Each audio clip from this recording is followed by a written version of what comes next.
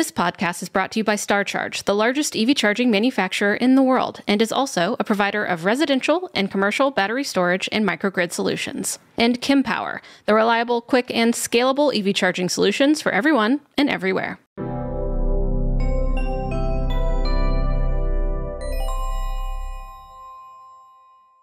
Hello, everyone, and welcome back to the Out of Spec podcast. I'm your host, Francie. I am joined by Kyle, and today we have some pretty big news for anyone who's absolutely at all interested in the EV landscape, especially when it comes to charging and owning an EV and being able to successfully charge it on the road. I'm going to pass it off to Kyle to let you know what we're talking about today. Take it away. Well, sure. Let me set the stage. Charging sucks in America. We all know that for non-Tesla EV drivers. We have multiple public charge point operators up until 2024 that have been doing a very poor job, all of them, at providing consistent, reliable, easy-to-use EV charging. It's just the case. Sorry to be so harsh about it, but that's where we are. And this is in contrast to some of the fantastic electric vehicles that automakers are producing. We have Hyundais and Kias that can charge at 240 kilowatts. We have Taycans now that can do 335 kilowatts. We have, even inexpensive electric cars like a used e-Golf. Like I just bought one for $3,000. And there's Bolts that also are having issues interfacing and charging with the public networks. It's not just a high power issue. It's just a major multitude of issues across all of the networks. So this caused some major frustration with every automaker who sells and produces or just really sells electric vehicles in America. And Ford was the first one to really go, we need to make a change. I guess Jim Farley and Elon got together. They said, hey, Ford is going to have access to the supercharger network. And that was a huge competitive advantage for Ford EVs over the competition. Of course, because now you can buy not just a Tesla, but a Ford EV and have a fantastic charging experience. We have a lot of videos to do on this. Every other automaker, for the most part, has followed suit, except surprisingly VinFast and Stellantis. I'm sure they will switch at some point. The NACS port J3400 is the new standard port in our market. That is the US spec port now. And Canada, of course. So North American charging standard. Wasn't true when they announced the name. Now it's true. Beyond that, the Tesla supercharger network will provide at least charging stations based off of previous history that are up and running and working, but it is only designed primarily for Tesla vehicles at the moment. They have short cables that you have to get really close up to. They're designed for a front right or back left charging port location, just the way that they're spaced. And it's not engineered to service every vehicle on the road. And even less so than the German Tesla charging network, or I should say the European one, because even in the Nordic countries, they have a lot of pull-throughs and things that can make it easier to interface with non-native port locations. Another issue is with the rapid advancement of electric vehicles on the road, there have been some insanely high charging speed vehicles and insanely high voltage electric vehicles coming to market. Lucid Air, 926 volts, fully charged. I mean, the Tesla supercharger network can only go up to 500. And I think it technically communicates like 460 something. And so then you need onboard boosters in vehicles to interface with this older, sort of lower voltage technology that Tesla is using. But Tesla is going to update their network to version 4, but there's no clear timeline. There have been version 4 dispensers installed, but not chargers, not the cabinets. So they still have the voltage issues. And ultimately, I think all of the automakers agreed, including me, that says, you know what, Tesla is great. We are going to all go and use the Tesla network and offer this, amazing charging network to our customers. But there's still more to be desired. And there still needs to be competition in the charging space. And then 7 of them got together. Francie will walk us through who they are and created this new charging consortium. And that new name of the charging consortium is, Francie, tell us. IONNA. IONNA or IONNA? Or IONNA. I don't really know. IONNA. ION North America, kind of, if you break it down like that. And yes, so the consortium, as you say, is BMW, GM, Honda, Hyundai, Kia, Mercedes and Stellantis, which is interesting because you were just saying how Stellantis hasn't announced their next plans, but they are apparently a part of this big 7 automakers with one mission. So, Kyle, when this first came around, this was announced a while ago, and I was working in the public EV charging space, and it was kind of like, well, okay, I guess the automakers are going to take it into their own hands, but what is going to make their effort distinct from the ones that exist already in North America? So have your impressions of how this is going to go, or your concerns, or maybe, you're probably not that, you're excited about it, but how has that changed from the announcement to now? How you think this effort is going to go? Well, just on the name, I don't know. IONNA know if I like the name so much. There's going to be a lot of, I've already seen the comments, which is like, I don't know about this. It's great. So first of all, the name, I can't complain. I'm not good at naming things. So whatever, it doesn't matter. As long as we have chargers in the ground. Of course. I have some concerns, and I've had some concerns because today the news is the name and the new CEO announcement, which we're going to get into. And you can visit their website, of course, IONNA.com. And they also have over 30 careers job postings that we'll get into as well. So yeah, awesome. Very much looking forward to learning more about this throughout this podcast. But my concerns in the past have been you're getting 7 automakers from 7, or not 7, but many different regions of the globe that don't all speak the same language. And I don't mean that in terms of physical translation or literal translation, but I mean in the way that they reference certain things. Like I was talking to the Honda Prologue engineers about working with GM on the Prologue Blazer collaboration. And they're like, we had to spend like a year just understanding what the other company meant by this and that, so that we're all talking the same, language. And I was like, oh, dang, this is interesting. So now you're going to get 7 automakers with completely different vehicles, with completely different sustainability goals, with completely different charging power requirements, with completely different charge port locations in one room. And it's either going to be incredible and it's going to work great, or it's going to not work at all. And so what I don't know is, will this be a repeat of Electrify America, or will this be the saving grace of our charging woes in our market? And this is something that is so important to me. This company has huge impacts and will have huge impacts, more than anyone realizes, on the charging landscape in our market. This is the make it or break it. Of course, the Tesla Supercharger network will be there as the backup. That's awesome. But we really need another one that provides way more charging ports, that can service way more vehicles, to have some real good competition, because right now there is no good competition in the US other than Tesla charging. Yeah, backup plan to a backup plan. Yeah, so this is pretty interesting. You speak to these very different parties with, hopefully one shared mission, as they say here, but coming from very distinct backgrounds, cultures, mission and goals, and internal goals that they're having to share in this external group. And, they announced this a while ago. I'm sure they've been working to figure out who exactly is even going to be on the initial team. That we'll get into. One person we know, at least, who is on the initial team, the CEO. But it makes me curious about how they're really aligning and communicating with how they're going to do this, because they're also having to learn, how exactly do we build the team out? What are the most important roles? What is the background that we need with, as you're saying, not these like different languages, however you want to interpret that across the group. So it's pretty interesting to see how they're going to coordinate and strategize internally. Perhaps there's an internal mediator even, or a few there. So we'll have to see. Like you said, I think this is definitely a potential turning point, and it would be so deeply disappointing if it was a flop.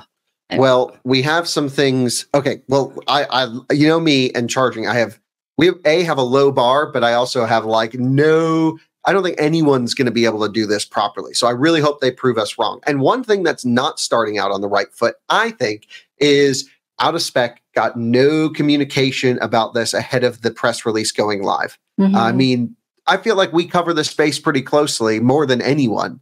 And at least you could let us know. We could do a whole launch party. We could, get people on camera, do interviews, really make people feel good about the IONNA network, and let's start that relationship. And it's just nope, we find out when the link gets posted. So I'm not convinced right off the bat they understand who to talk to, at least.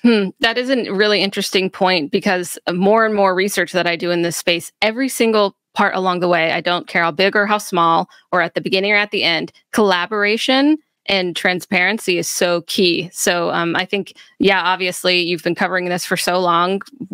Public EV charging is a huge topic, and to not include media and well-informed in media is an interesting decision for sure. So where do we want to go to next? Let's go to the official release that was posted just minutes before we started recording this podcast. Let me hop there. It's under news, and then, yep. So the title, I'll read it really quick, is High-Powered EV Charging Network, IONNA, begins operations in North America. Okay. They begin their operations February 9th, 2024. Like they said, joint venture, they plan to deploy a minimum of 30,000 chargers with the first charging stations expected to open in the US in 2024, followed by Canada. All right, 2024, there's a whole rest of the year left. We are in February. And then, of course, the Chief Executive Officer, Seth Cutler, formerly of EV Connect, and this was effective the 1st of February, but that's not all of his background, is it, Kyle? No. Well, so, okay, I don't know Seth personally, or maybe I have met him before, but I at least don't know him well.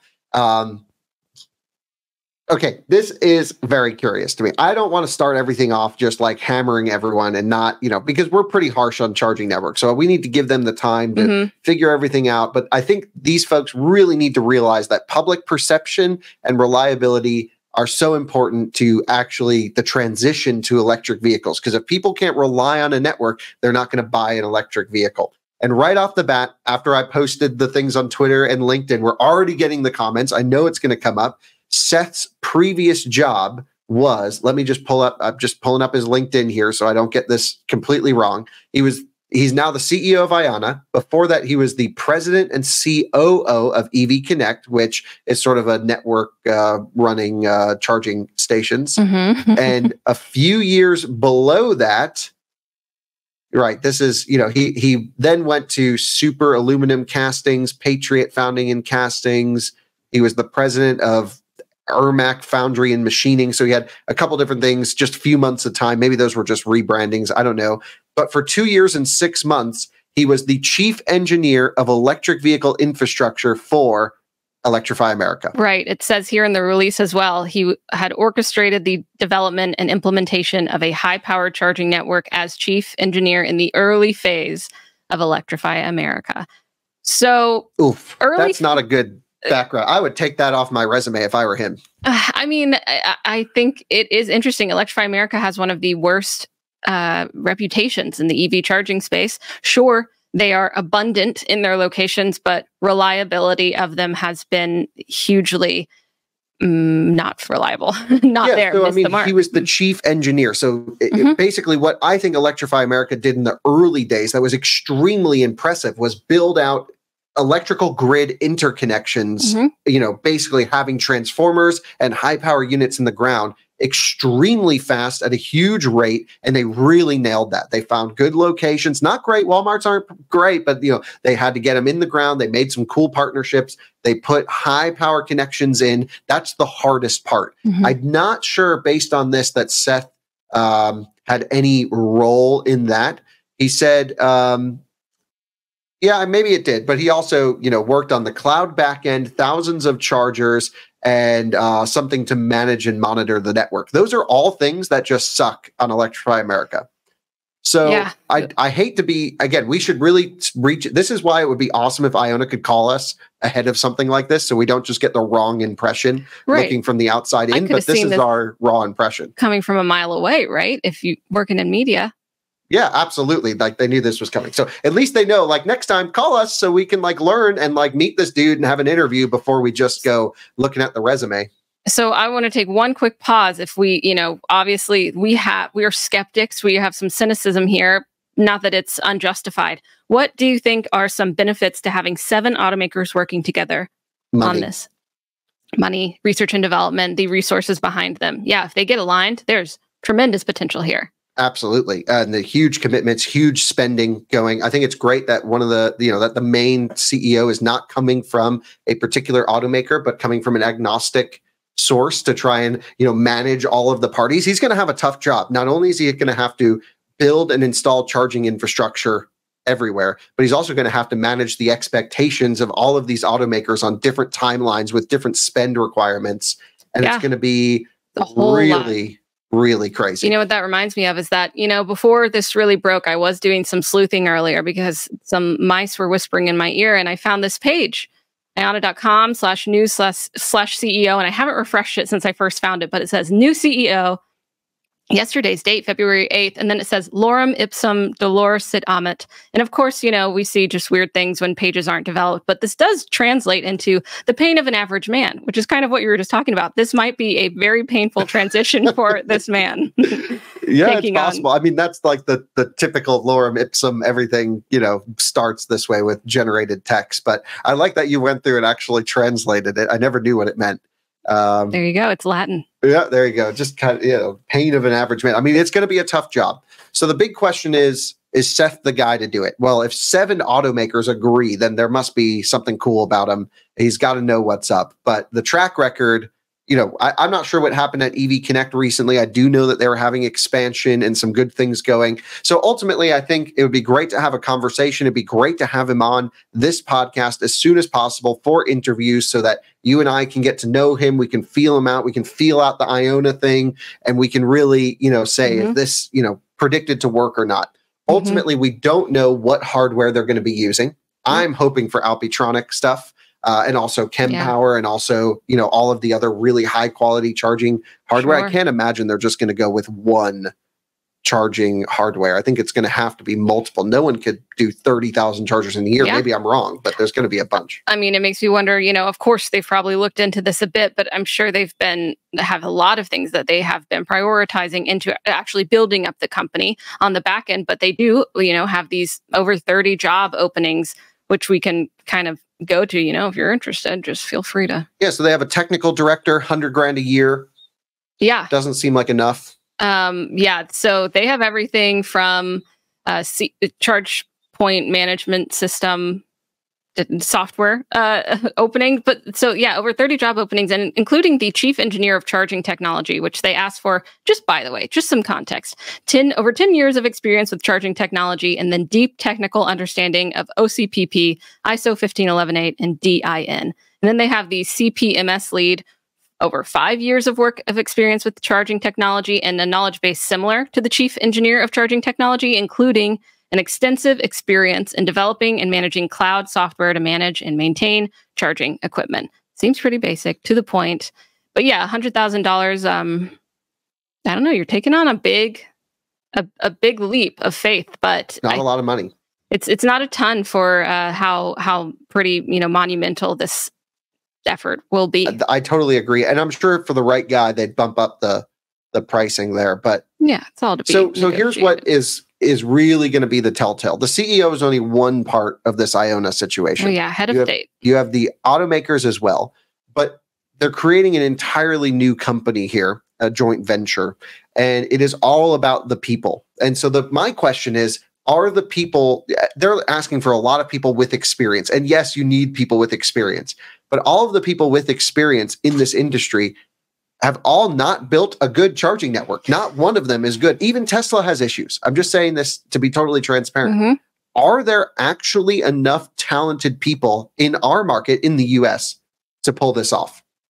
I think that is a really interesting challenge that they're in charge of, which is building this team and figuring out what kind of backgrounds they want, or just attitudes and motivations, because it is not just a reinvention of the wheel, because the wheel ain't rolling. So they have to really, I think, take a whole new strategy. But I mean, do you think it's looking to other countries that have done the right thing and recruiting from there into North America? Because like you said, a lot of the issues here are not reflected in other regions. I think there's a very small group of people on the entire planet that if you can get the right folks together, no one can compete with them.